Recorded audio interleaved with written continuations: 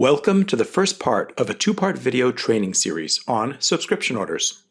In this video, we'll cover creating a new subscription order, setting up new deferral codes, releasing and posting the order, and adding additional lines to the order. We'll also review the AR and GL postings that are generated from the subscription orders. You can set up subscription orders you want to invoice. This can be for resource, items, or expenses, and includes service items or non-inventory items that you want to bill on a regular basis. You can also choose to bill the customer upfront and defer revenue. In this example, if we want to rebill them for the whole year, but then recognize the revenue over 12 months, here's an example of licenses, financial software, and fixed asset software. Enter the items and add the quantity, then select how frequently the subscription order should be generated. The next date formula identifies the frequency. Examples of valid entries: 1D for daily, 1M for monthly, 1W for weekly. This particular subscription order is annually. January 1st would be the first date that we bill them. Then, with the next date formula set to 1 year, the next date that we would bill them would be January 1st, 2023. The next fields to enter are unit prices, which are the amounts that would be invoiced to the project and the task on the subscription order. If you require the revenue to be recognized over a period of time, then use a deferral code. If the revenue is recognized immediately, then no deferral code is required. When we view the deferral template card for this deferral code, we can see that the deferral percent field is set to 100% of it going to the straight line calculation method, based off the posting date over 12 periods. The next step is to release the order before you can post it. After releasing the order, select Posting, Post to post the order. In the Batch Post Subscription Orders page, the system allows you to process multiple orders at one time. The batch posting will post any orders through that date. By entering the Until Date filter of 1/1/22, it will only bill open orders with the next date through January 1st, 2022. Click the OK button to complete the process. Now that this subscription order has been posted, the next date field value changes to January 1st, 2023. Posting this subscription order creates 3 usage lines. They don't have any cost on them, but they have a price, and this can now be invoiced through Invoice Suggestions. To invoice this, first verify that there is an invoice setup completed for this project. To quickly add an invoice setup, click Get Template and select a template from the list.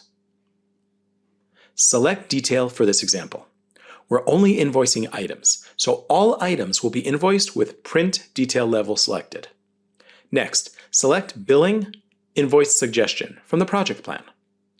The next step is to select Process Create Invoice, and then this invoice can be posted. After making the change to the document date, you can see it's prorating it based off of the document day of the invoice. GL entries are created from January 1st, 2022, and the process prorates each one of those lines over 12 months. These entries are created because of the deferral code that was associated to the subscription order lines.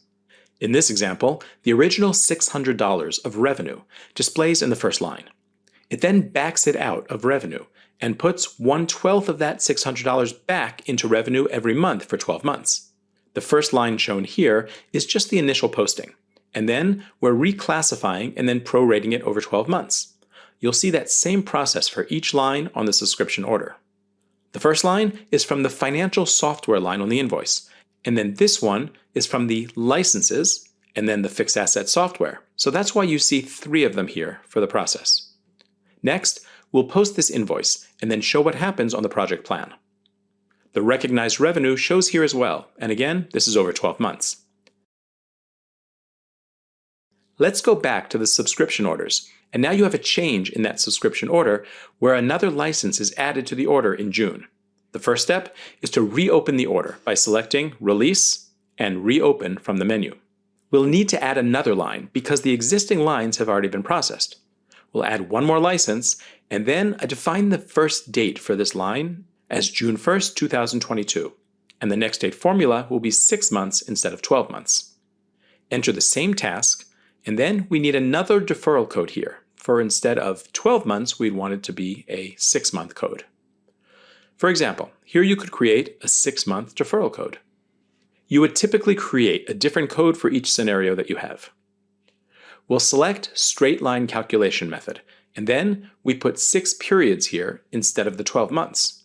Enter a deferral account number. Next, we release the updated subscription order and post it to process like we did previously. Only the new line will post if we use an until date of June 1st, 2022. Then when we get to the next year and run the posting process with the until date, it'll look at the next date on the line and it'll pick up just those lines for invoicing.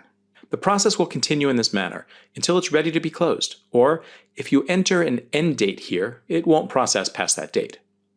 Thanks for viewing Part 1 of the Progressus Advanced Projects video on subscription billing. For additional training on this topic, see Part 2 in the series.